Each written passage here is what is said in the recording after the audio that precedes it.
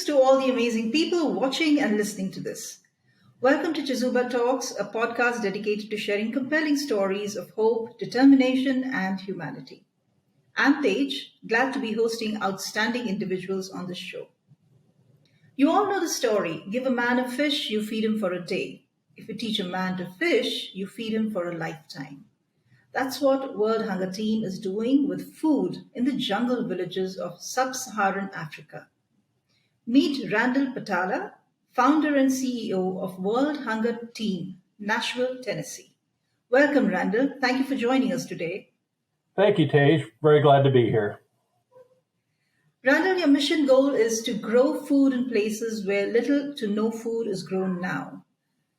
Which are these places and how do you do this? Well, we serve a number of different markets. We grow food indoors in grow tents.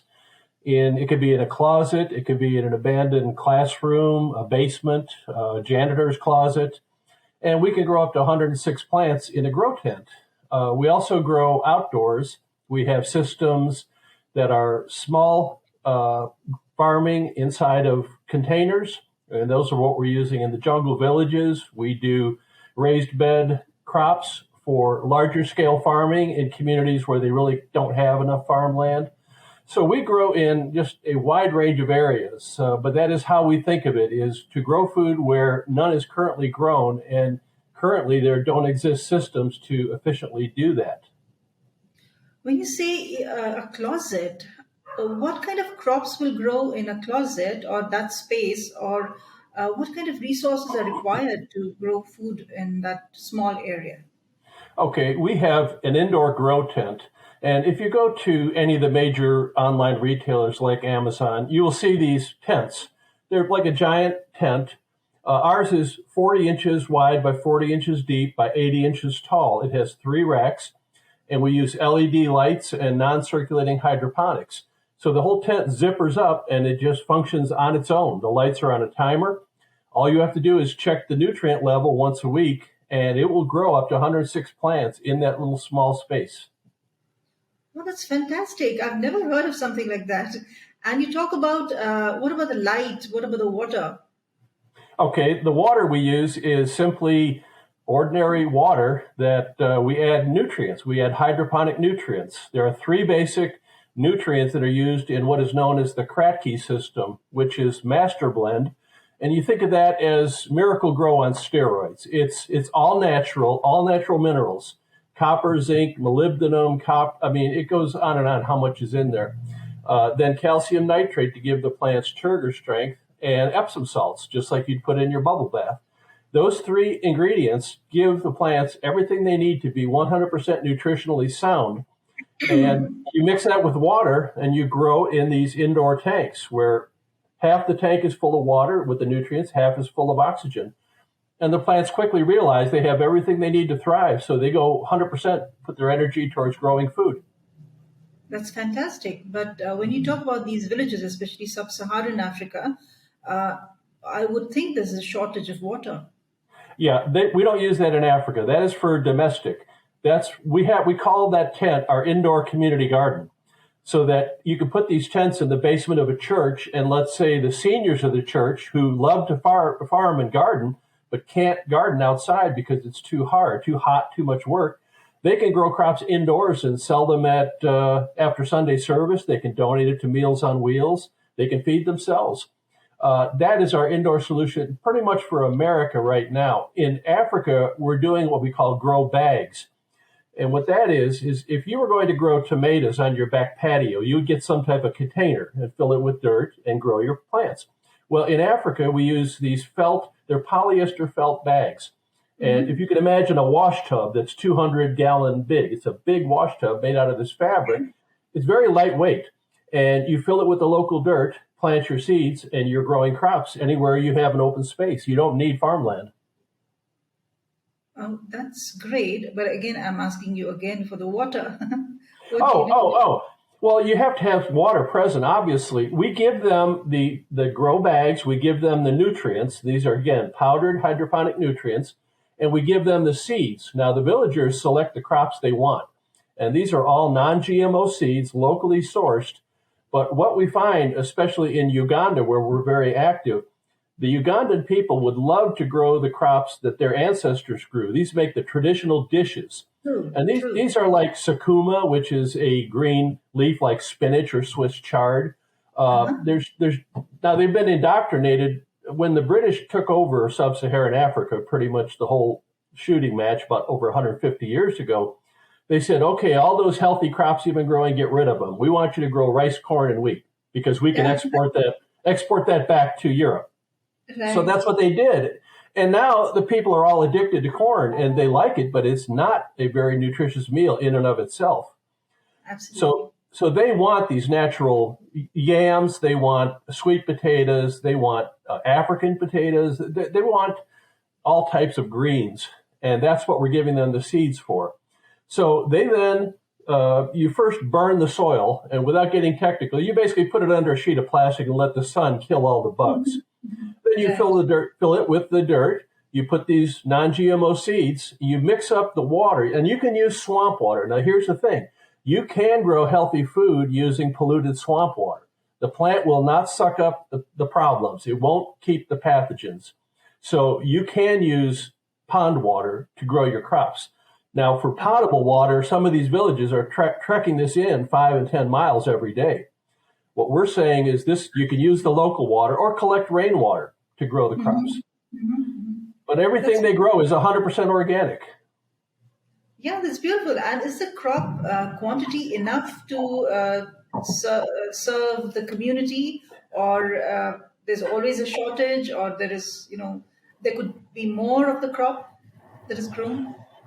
Well, we size the grow bags rather, by the size of the village. If there are only 10, 15 people in a village, we will give them a small kit and they'll grow maybe 50, 60 plants at a time. And that will be enough to sustain them. If there are 100 people, we might give them 50 bags. It just depends on the local situation and what we can afford. And right now we are funding this personally. And my mission in reaching out to other nonprofits and NGOs is to get them to purchase these kits from us. We actually put everything in a plastic bag and shrink wrap it. And so it's totally airtight, watertight, and these things will be distributed any way you want into the villages. Perfect. That's the best solution. I would say grow your own food, and that eliminates so many other aspects of pollution or any other. So you have a treatment plant for taking care of the food waste, taking care of making your own manure, the compost also? No. We do not use compost. We use hydroponic nutrients. And these are actually mined. It's a little known fact that when people use manure to grow crops, the reason it's so healthy for the food is that when a cow or a horse is feeling sick, it knows which weeds to eat to get the minerals it needs to heal itself. And it will eat weeds that have roots that go down 20 and 30 feet, which is where the rarer minerals like molybdenum and zinc are found. And that all ends up in the manure. We're simply capturing those minerals at the start without involving the manure. So we provide them in powder. They mix it in water, and that provides the plants 100% what it needs to grow properly. Wow, everything in perfect quantities. Yes. Let's take a break to understand what Chizuba is. Everyone at some point ponders on how this beautiful life can be made more meaningful. Maybe you're a leader trying to enhance your employees' experience at your organization. Or you already work for the community and seek volunteers with state-of-the-art skills to strengthen your nonprofit. Whatever your situation, know that you can make a difference. Chizuba began with this very vision. A vision to facilitate every skill and every passion in the world in meeting a social need. Corporate volunteering has several benefits for both businesses and organizations. In parallel, experienced and enthusiastic volunteers join NGO workers, enabling them to serve the community more effectively. Chizuba offers everyone looking to add purpose and meaning to their lives a chance to connect or volunteer virtually with nonprofit organizations from over 100 countries around the world. Visit www.chizuba.net and explore opportunities to find meaning. Chizuba, your platform to do good. And now, back with our guest. Yes. Wonderful. Do you provide training for people, and how long is that training? Is it a month or 2 months? Do they have to travel somewhere to undergo that kind of training? No, we have two missions in Uganda, one in Mbale and one about 250 miles northeast of there. We have two ambassadors. In Mbale, it's a man named Mukanga Kifa, and up north, it's Robert Batira. And these are actually, they run the orphanages / farms / villages. It's kind of like the old commune system we had here in the United States in the 60s. Everybody shares everything. And these are both Christian missions, and they actually have already been doing outreach. We've been funding outreach there for 3 years, where we actually produce the corn. We actually operate a 7-acre farm in Uganda where we grow maize or corn, and we have funded a milling operation. So we actually mill it into corn flour, and that's what the children, that's their favorite dish in the world. It's called pasho, and it's simply corn mush is all it is. So we've been doing that for 3 years now, funding this, bagging this up, and they take it into the villages. So with these grow bags, they know the villages to go to, and they are going to be ambassadors to those villages, providing the training, providing ongoing support.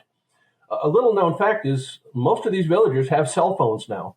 Africa is proliferated with cell phones. Who doesn't? So training them is not a problem. They're in communication with our ambassadors all the time. They will work with them to set up the units, to grow the crops, and they'll answer any questions. And anything they don't have answers for, they reach out to us, and we provide the answers. But we don't directly work with the villagers. Only our ambassadors do. That's beautiful. You talk about the nutrients, you talk about the plant growth. I'm sure there must be pests as well. Yes, and we're actually involved in all-natural pesticide removal. That's a future area. We're expanding in 2024. We're slated to open a factory to squeeze neem seeds. Now, this. If you know the neem plant, in India, they're very popular. Absolutely, yes. Yeah, and neem is very expensive. If you wanted to buy a gallon of neem oil here in the States, it's going to cost you $70, $80. Well, when we found this out, I asked my ambassadors, I asked Robert, I said, do you have many neem trees there? He goes, well, I've got one in my front yard, but that's about it.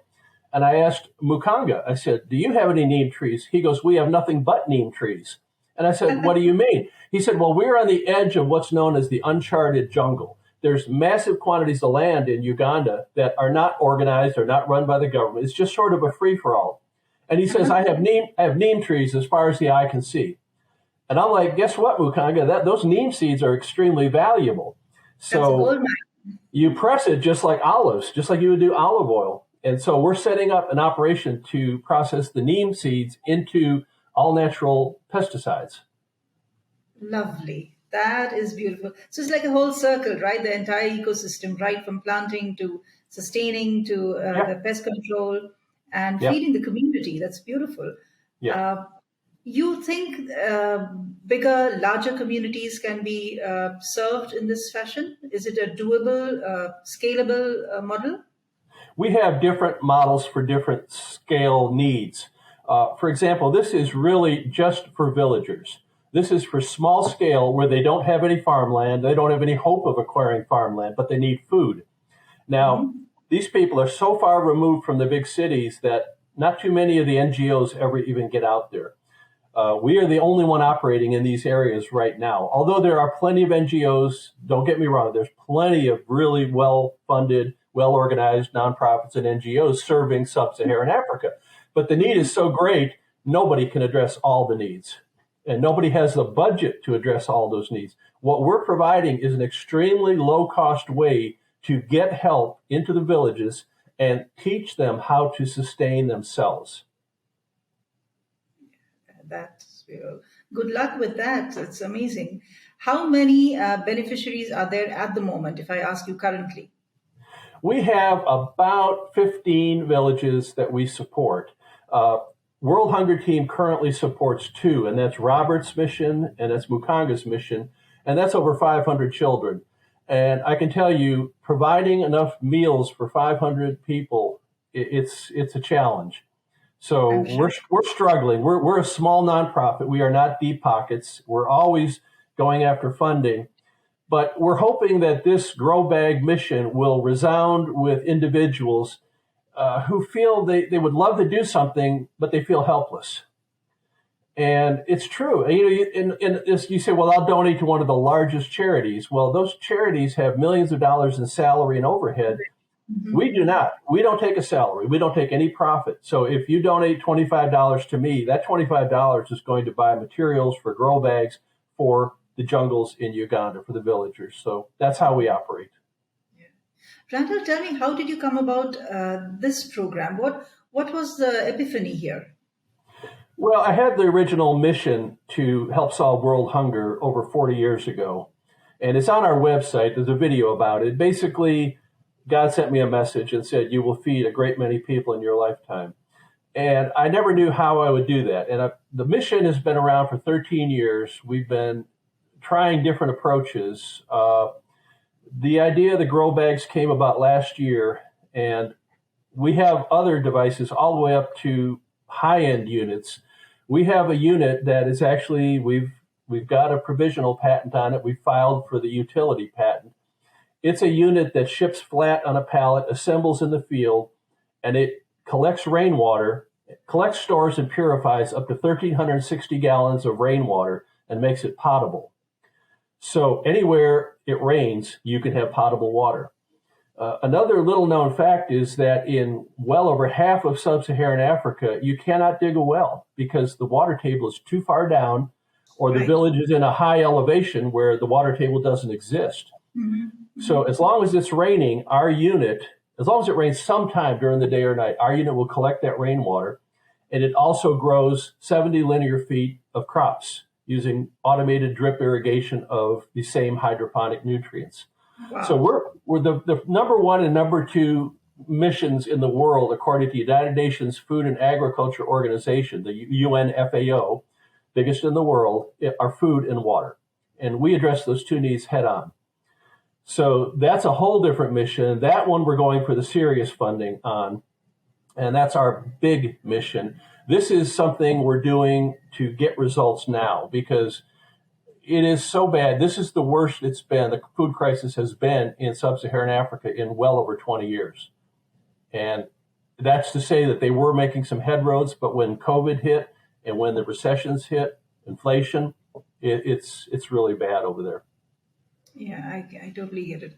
And it really, really hurts to see so many places, rich countries, rich people, wasting so much food. And when you see these people over here not getting even a morsel to eat, that really, really hurts a lot. And you are doing something about it, not just feeling bad, just, taking action and going about rectifying that. That's amazing. Oh, thank you.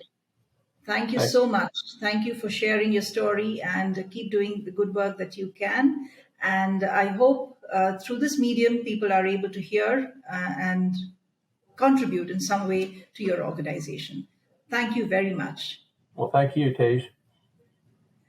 On a parting note, I would say do look up the website, see how you can help, and see you again on the next episode, meeting yet another phenomenal personality out to change the world. Bye-bye. Bye.